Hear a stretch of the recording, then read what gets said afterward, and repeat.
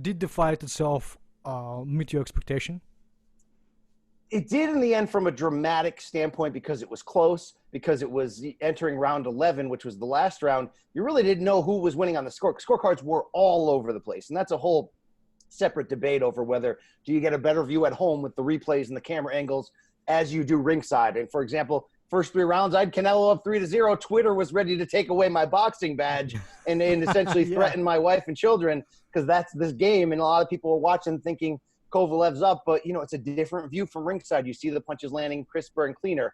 What this fight wasn't was the narrative we were explaining all week heading into it, which was what happens when the smaller fighter Canelo finally takes a legitimate light heavyweight punch. What's going to happen? What's the fight going to look like? Sergey Kovalev is Crusher. Well, it turned out at 36, Sergey Kovalev wasn't Crusher anymore.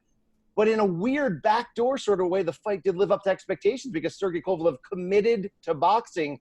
And somehow he was the boxer against the smaller fighter who became the puncher and the seeker in Canelo. And you had that drama. I think both of them were impressive, but didn't live up to their own individual expectations. Yet it still made for a competitive fight with plenty at stake. And then when you get a finish like Canelo delivered in round 11, it's crazy. It was on my side of the ring watching it. It was violent. It was brutal. It was definitive.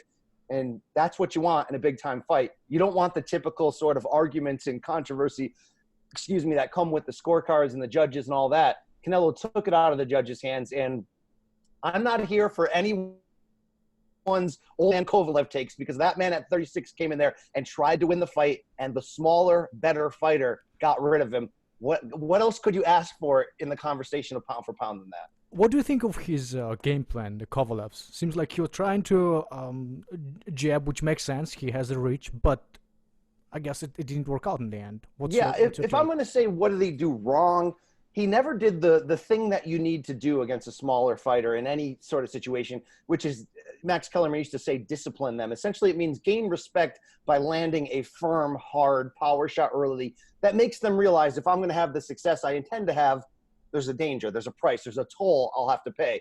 Here's what's interesting about Fight Week. And I did a bunch of Radio Row podcasts, talk to everybody, Kovalev's manager, trainer, promoter, former opponents, everybody.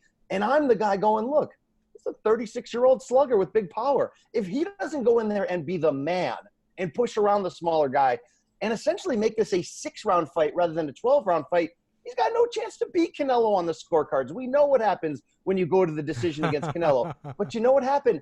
Every person, including Kovalev's trainer, Buddy McGirt, was like, no, he's a boxer. He's going to box. That's his best chance to win. It turns out they were right, and I'm just some jamoke here trying to build up my own angles. But it's interesting, the evolution of Kovalev, figuring out how to find later life through more pure boxing, something certainly Manny Pacquiao is doing right now at 40 years old.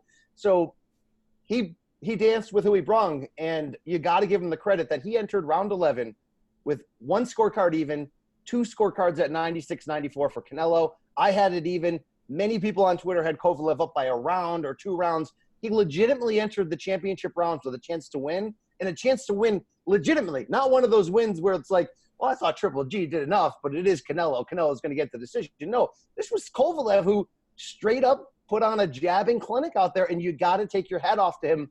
The best part about this victory for Alvarez was that it didn't happen because of the fears we had coming in. Kovalev is a little bit of a front runner, yes. Doesn't like it to the body. Questionable chin, all those things. Kovalev showed up. He didn't lose because he's damaged goods or he doesn't have it. He lost because a better historic fighter knocked him out.